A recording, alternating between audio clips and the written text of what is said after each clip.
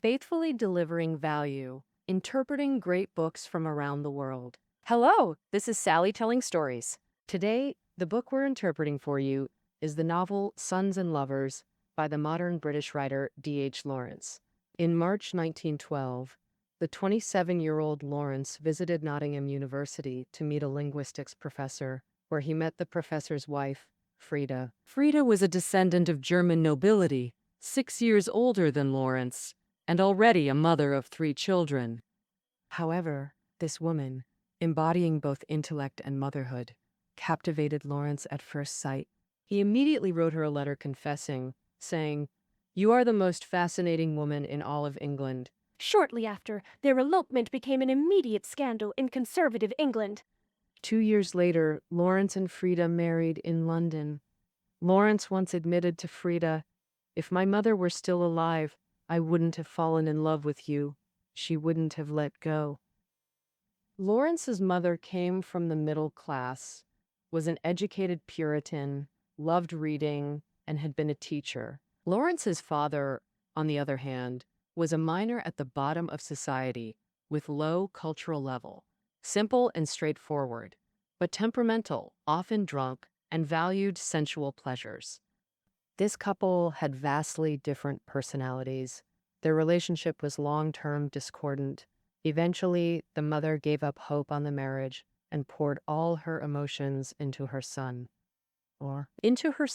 She developed a special love for Lawrence, which made the son develop an attachment to his mother beyond familial affection.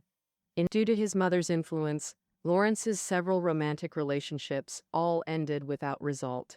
In 1910, after his mother's death, Lawrence fell into a state of bewildered pain and later contracted pneumonia, leaving him physically and mentally exhausted. It was during this period that Lawrence began writing the semi-autobiographical novel, Sons and Lovers. Using his relationship with his mother as the prototype, he poured out his soul's bitterness, recorded his pain, and reflected on himself. In 1912, after he met Frida, his novel was already in the revision stage. In 1913, the novel was published and caused a sensation. Frida once said, "A man has 2 births. First, his mother gives him life, then he must be reborn through the woman he loves." Coming from a woman's mouth, this statement carries profound meaning. However, after meeting Frida, Lawrence indeed started a new life. Although the two inevitably argued, Frida was willing. Accompanying this extraordinary genius in wandering the world, they resided in Germany, Italy, the United States, Mexico, Australia, and other places, until March 2nd, 1930, when Lawrence passed away in Nice, France. The novel Sons and Lovers has 15 chapters total, divided into 2 parts. Part 1, chapters 1 through 6, depicts the unhappy marriage of protagonist Paul's parents and his intimate relationship with his mother. Part 2, chapters 7 through 15, describes Paul's romantic setbacks under his mother's influence, concluding with her death and Paul beginning his solitary search for life's path. The fictional setting is the mining district of Bestwood in Nottingham. Paul's mother, Mrs. Morel, was born into an ancient bourgeois family. Her family possessed delicate temperament, proud, reserved, yet filled with romantic fantasies about love. Her meeting with Morel unfolded as a romantic scene. At a Christmas dance, she encountered the tall, graceful miner, Morel, and became captivated. She was further ignited by the fire of desire radiating from Morel. The novel writes, "The fire of desire in this man never ceased, emitting gentle happiness like candlelight flowing naturally from his flesh. They fell in love instantly. The following year they married, enjoying sweet, blissful days. But this didn't last. Their union was purely physical, lacking spiritual connection or soulful resonance, breeding family tragedy after brief passion. Mrs. Morel discovered romance-blinded truths, her husband's boastfulness, property deceptions, and that their house was merely rented by Morel. More painfully, Morel spent all earnings at pubs, returning home drunk. When Mrs. Morel scolded his moral irresponsibility, he struck her. Marital conflicts grew increasingly fierce and cruel. Lawrence wrote, "They were out to destroy each other, spirit and flesh." The separation of love and sex became fundamental to this family tragedy. This theme permeates most of Lawrence's novels. Utterly desperate, Mrs. Morel transferred affection to her children. Raising 3 sons and a daughter, she taught diligence in studies, not to become minors like their father, but to elevate their status. Morel teen, among her 3 sons, she especially doted on Paul because he was frail and sickly since childhood, and his exceptional talent made him particularly endearing. The mother's affection for her son also intensified his attachment to her. As a boy, Paul always insisted on sleeping with his mother, calling her his beloved while harboring intense hatred for his father. Especially when his father beat his mother, Paul would secretly pray nearby, wishing his father would die in the mine. This mutual dependence gradually formed a symbiotic relationship between mother and son.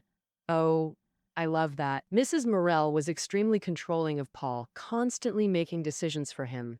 For instance, when 14-year-old Paul went to apply for a job, Mrs. Morel accompanied him and even answered questions for him. When mother and son went out for meals, Paul didn't want to eat pie, but Mrs. Morel insisted on ordering him a small raisin tart, convinced he needed it. This was especially true after their eldest son, William, died suddenly of illness, and Paul nearly succumbed to pneumonia, making Mrs. Morel cling to Paul as her lifeline. Meanwhile, Mrs. Morel's feelings for Paul were intensely exclusive. She told him she wanted his happiness, yet her overwhelming possessiveness hindered his romantic pursuits. Paul met Miriam's family, whose home became a warm refuge where he could escape his mother. Miriam was gentle and charming, deeply religious with a romantic spirit. She often walked, read, and chatted with Paul, and affection gradually blossomed between them. Though Miriam loved Paul deeply, she could never confront his physical desires, leaving Paul feeling spiritually and physically repressed. Moreover, his mother disliked Miriam, fearing she would steal her son away. Whenever she saw Paul with Miriam, she'd act jealous like a romantic rival. If Paul returned late from an evening date with Miriam, his mother would become extremely agitated. She'd complain hysterically to her son. "Paul, you know I've never had a husband, not a real one. Look how triumphant Miriam is, stealing you from me." Seeing his mother so distressed, Paul felt overwhelming guilt. He caressed her hair and face, kissed her neck passionately, and lowered his head to promise her, "All right, I don't love her." "Mom?" Due to his mother's interference and Miriam constantly suppressing her passion for Paul with reason, Paul endured profound torment. Although Miriam hesitated before finally yielding to Paul like a little lamb, Paul found no satisfaction. Miriam's martyr-like expression only made him more uneasy. He eventually broke up with Miriam and became involved with Clara, a married woman separated from her husband. Clara was physically strong, vivacious, from the lower class, 7 years older than Paul, and a feminist. The novel describes her as possessing naked greed, uncontrollable passion, and a certain fierce, blind, primitive quality. This was the complete opposite of Miriam's character. With Clara, Paul temporarily found physical satisfaction, proving his masculinity. But he also told Clara that once he made a fortune, he'd live with his mother in a beautiful villa near London. By this time, Paul's sister Annie and brother Arthur had married, yet Paul told his mother he'd wait until her death to marry. And, in short, while his mother lived, Paul couldn't love another woman. His soul remained controlled by her. Later, when his mother developed terminal cancer, Paul couldn't bear watching her wither in agony. He and Annie secretly administered an overdose of morphine in her milk, hastening her death. Did this free Paul from his mother's control? Without her, he felt lonelier, more desolate. The novel states she had been the only thing that held him up, himself, amid all this. They had faced the world together, but with her gone, Paul realized he couldn't exist without her in this overwhelming world. His mother had been his sole support, yet where should he go now? In the novel's conclusion, Paul ends his affair with Clara and rejects Miriam's tender pleas to stay. He resolves to break free, from both mother and lovers, walking toward independent selfhood. After recounting Paul's story, comparing it to Lawrence's reality, we see Lawrence was fortunate. In the novel, Paul seeks a partner matching both body and soul. With Miriam, it's spiritual love. With Clara, physical obsession. With his mother, an unresolvable complex. Ultimately, his divided self finds no place to belong. In reality, after his mother's death, Lawrence was fortunate to meet Frida. In a sense, Frida made Lawrence who he was, or rather, their love transcending class and age transformed them both. Returning to the novel's Sons and Lovers, while Lawrence superficially depicts Paul's relationships with his mother and other women, he explores the conflict between male-female sexual instincts and social morality. And we might temporarily categorize this as a family tragedy. Sons and Lovers is hailed as the first Freudian English novel. Lawrence is even considered by Western theorists as the writer most faithful to Freud. His wife Frida, an admirer of Freud, suggested the title. Next, we'll examine the roots of Paul's tragic character through Freudian theory. Analyzing the classical tragedy Oedipus Rex, Freud stated, "We are all destined to direct our first sexual impulses toward our mothers. And our first impulses of hatred and violence toward our fathers. This special emotional bond between mother and son constitutes the Oedipus complex. Originally, the Oedipus complex is a universal childhood experience that normally resolves itself. But in Paul's family, the absent father and overbearing mother stunted his development. Fathers typically model masculinity for adolescent boys, yet Morel, weakened by low status and alcoholism, was virtually absent, failing to provide a healthy male role model. Meanwhile, Mrs. Morel ruled with sacred maternity, turning children against their father. She treated Paul as emotional substitute and husband surrogate, her Jocasta complex constantly feeding his Oedipus complex, preventing normal maturation. At nearly 23, Paul vowed eternal companionship. "Mother, I'll live with you always. With you here, I'll never marry." Even as an adult, Paul remained possessed by maternal love, unable to develop independence or love other women. When torn between Miriam and his mother, he instinctively retreated back into his mother's embrace. The novel writes, his relationship with his mother was what he valued most in life. Whenever he pondered deeply, Miriam's image faded, but his mother never did.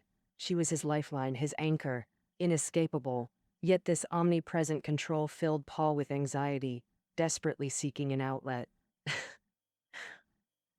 Thus he found two women, Miriam and Clara, but neither the spiritually inclined Miriam nor the passion-driven Clara could fully claim him, only deepening his entanglement with his mother. Torn between these three lovers, Paul couldn't unify body and soul, unable to find his authentic self. Clearly, the Morels mirror Lawrence's parents, with Paul as Lawrence's proxy. Paul's girlfriends Miriam and Clara are modeled after Lawrence's first love Jesse, former lover Helen Cork, and fiancé Louis Burroughs. And now, Lawrence's relationships with these women all ended abruptly due to his mother's interference. Evidently, his mother exerted immense control during his upbringing, creating a pathological symbiotic bond, Lawrence admitted.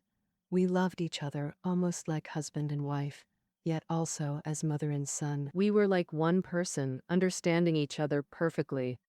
Only after his mother's death did Lawrence escape this suffocating maternal love. Thus, Sons and Lovers became his healing remedy to overcome past trauma. Of course, Lawrence didn't stop at family ethics analysis. He went further than Freud. He criticized Freud for viewing sexuality through a clinical lens, reducing it to mere physiological need. As a writer, Lawrence contextualized such family tragedies within industrial society. He believed modern industry destroyed natural humanity, causing body-soul fragmentation. Therefore, he sought to restore harmony between nature, civilization, and body-soul. The English title, Sons and Lovers, with plural S, clearly shows this depicts not just Lawrence's tragedy, but generational family trauma. Lawrence wrote in a letter to a friend, "This is a great tragedy. It's the tragedy of thousands of young men in England. Read my novel." This is a great novel, as critic Frank Kermode pointed out. Machines ruin men, men ruin women, and women ruin sons. And sons, softened by their mothers, in turn ruin their own women. At the beginning of the novel, the author realistically describes how the roar of machinery, railways, and mines shattered the ancient, tranquil rural life. About 60 years ago, this place suddenly changed.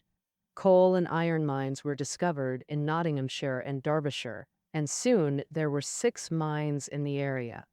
The 6 mines were like black nails scattered across the countryside, connected by a winding, thin chain of railway. From this passage, we see that in late 19th century Britain, capitalism boomed. Machinery, railways, mines, capitalists, and big corporations not only wrecked the environment but also created masses of people losing their natural vitality, like robots, making social class divisions sharper and relationships tenser. In the novel, miners, like ants, toil all day in dark, sunless coal mines. Their bodies get damaged and their spirits gradually become numb. Paul's father, Morel, started mining at age 10. He was at society's bottom, uneducated. Amid the siege of towns by big factories, he could only support his family as a miner, often injured in harsh and dangerous conditions. He drowned his sorrows in booze, numbing himself, and confiding his woes to fellow miners. When he staggered home, his middle-class wife cursed him, his kids hated him. Isolated and helpless, he turned more violent, trapping the family in a vicious cycle. Mrs. Morel was long tired of dealing with poverty, ugliness, and vulgarity in the mining district. She firmly opposed her sons becoming miners and hoped they'd venture out to escape this dead-end mining class. These experiences were Lawrence's deep-seated pain about industrialized Britain. In a memoir, Nottingham and the Mining Countryside, he wrote that in the prosperous Victorian era, the wealthy class and industrial promoters committed a great sin, reducing workers to an ugly state. Lawrence sharply pointed out that man-made mining machinery and poverty destroyed men, who in turn destroyed women and families. This separation of nature, civilization, and body-soul prevents establishing equal, harmonious relationships, especially vibrant ones between men and women. As Lawrence wrote in the novel's preface, mothers fight fathers not knowing what's good, but because fathers lost instinctive control over life's flow. Women battle blindly until defeat. This is Lawrence's innovative theme. As a miner's son, rooted in lower society, Lawrence excavated tragedies caused by body-soul division from characters' subconscious, elevating it to nature, civilization, reflection. When handsome, healthy Morel was ravaged by years of coal mining, he became society and family sacrifice. The novel states it was failure not just in Oedipal terms, but of masculinity nurtured in dark mines. Thus, British cultural scholar Richard Hoggart deemed Sons and Lovers the most valuable working-class novel. Years later, discussing the novel with Frida, Lawrence admitted his hatred for patriarchy was unjust. The Morels' marital tragedy stemmed from education, religion, morals, and personality differences, extending to their sons as victims of parental conflict. This tragedy also manifested in body-soul conflict. Exploring body-soul relations was Lawrence's enduring creative focus. Judeo-Christian Western literature deeply explored spiritual humanity but neglected bodily desires, suppressing them religiously. Miriam embodies this conservative tradition. An educated intellectual, devout Puritan taught childhood chastity. Thus with Miriam, Paul felt he loved a holy nun, shackled, unable to love freely. When Paul feels lost and melancholy, he always thinks of Miriam, believing that is where his true love lies. But ultimately, the two parted ways. Lawrence pointed out the causes of Paul's tragedy in family, religion, society, etc., breaking long-standing taboos and urging modern people to honestly confront sex and desire. Undoubtedly, Lawrence advocated the unity of spirit and flesh, opposing both Miriam's platonic spiritual love and Clara's obsession with carnal desire. Is idealistic and balanced is that men and women should maintain their own dignity and independence, acknowledge each other's nature, while keeping a contractual relationship. So how should we achieve this ideal? In Lawrence's final novel, Lady Chatterley's Lover, he further explored the themes of body, soul, and sexuality. The male protagonist, Baron Clifford, was injured in World War I, paralyzed, and lost his reproductive ability. His wife Connie fell in love with the gamekeeper Mellors, captivated by his natural, primal strength, and ultimately broke through class barriers and moral constraints to embrace him. Lawrence thus pointed out a path to save society and gender relationships. By returning to primitive nature and body-soul harmonized sexuality, rebuild unified male-female relationships, and modern civilization. Lawrence's literary status. Besides leading in thought, he also made unique contributions in technique. Unlike traditional realism focusing on character fate and plot twists, Sons and Lovers embodies the characteristics of modern psychological novels, emphasizing the excavation of subconscious and unconscious psychology, revealing hidden anguish behind actions. For example, after his mother's death, Paul's painful psychology unfolds through dialogic inner monologue. You must keep living for him. His inner voice kept saying he somehow always felt awkward, as if he couldn't muster any energy. He suddenly stood up and went straight to bed to sleep. Oh, As soon as he entered the bedroom, he closed the door, clenched his fists, and stood there. Oh, mother, my dear. With all the strength of his soul, he opened his mouth to speak, said something, then stopped. He refused to say more. he refused to admit that he wanted to die, to end his life. He refused to admit that life had defeated him, and he refused to admit that death had defeated him. He went straight to sleep, simply focused on sleeping, and immediately fell asleep. On one hand, his mother's death dealt Paul an unbearable blow. Life had turned against him, and he felt his vitality slowly fading. On the other hand, his survival instinct subconsciously drove him to break free from his mother's control. As Lawrence scholars note, Lawrence himself was a frail, sensitive, tormented spirit. Understanding his work requires entering his complex consciousness to experience characters' volatile tensions. Exploring subconscious and psychosexual realms was Lawrence's unique approach to modern humanity, a key reason critics classify him as modernist. Moreover, Lawrence's novels feature mysticism and symbolism. He masterfully uses natural imagery, flowers, moonlight, darkness, as emotional conduits for hidden thoughts.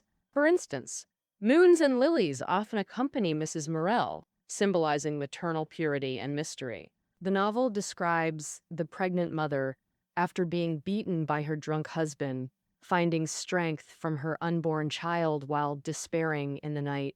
He wrote, "Tall white lilies swayed in moonlight, scent filling the air. Touching the large white petals, he trembled again. He rested quietly with mountains, house, and lilies, all immersed together." In this drowsy state, flowers also symbolize erotic love. Despite hardship, Mrs. Morel bought violets and daisies for 4 pence. Young Paul always brought her the finest blooms. As Mrs. Morel lay dying, mother and son watched vibrant sunflowers wither. White roses represented pure saintly Miriam. Carnations symbolized passionate Clara. This ability to awaken landscapes that mirror psychology demonstrates Lawrence's insight. Renowned critic F.R. Leavis hailed him as a genius in English letters. Additionally, Lawrence infused philosophical passages that dilute plot, enhancing modernist qualities. While Sons and Lovers tells a realistic story, its ending remains open-ended, embracing uncertainty. The novel ends, "Mother," she whispered with a laugh. Mother, in this overwhelming world, she was his only support. Now she was gone, merged with the night. He wished Mother would touch him and take him along. But no, he refused to surrender. He turned abruptly toward the city's brilliant golden light. He clenched his fists and pressed his lips tight. He would never take that path, never follow her into darkness. He quickened his pace toward the faintly visible, steaming, vibrant city. Paul bid farewell to Clara and rejected Miriam. After losing his mother, home was no longer his refuge. Adrift about the future, yet having faced existence or oblivion, He realized suicide wasn't the answer. Turning toward that vibrant city and that pivot, Paul began saving himself. And from pure maternal love to twisted Oedipal obsession culminating in matricide, Paul stumbled until finally standing as a man, beginning his solitary life journey. Though abrupt, this ending is utterly plausible. Perhaps this is the path Lawrence charted, for himself and all men, to escape maternal shadows and gain independence. Though written over a century ago, Sons and Lovers retains shocking relevance today. The Morel's class personality clash causing tragedy, ecological damage from industrialization, these remain urgent modern issues. Industrial era minor exploitation mirrors today's urban oppression. Morel toiling like an ant in tunnels resembles factory workers or office drones. Paul even foreshadows modern mama's boys, a cautionary tale for youth. Does the themes of spirit-flesh and sex-love made Lawrence controversial? His major works, Lady Chatterley's Lover, The Rainbow, Women in Love, including this novel, faced bans or censorship for explicit sexual content. It can be said that he has as many loyal followers as fierce opponents. Times have changed. Today, Lawrence is regarded as one of the greatest modernist writers of the 20th century, a proud alumnus of the University of Nottingham in England. His critique of modern industrial civilization, exposure of hypocritical sexual and moral concepts, persistent pursuit of gender harmony, and artistic exploration still offer readers profound insights. M5. B.S. As Lawrence himself said, if the spirit and flesh are not in harmony, if they lack natural balance and natural mutual respect, life is unbearable. Well, that concludes our interpretation of Lawrence's Sons and Lovers. Listening notes are below the audio. See you next time.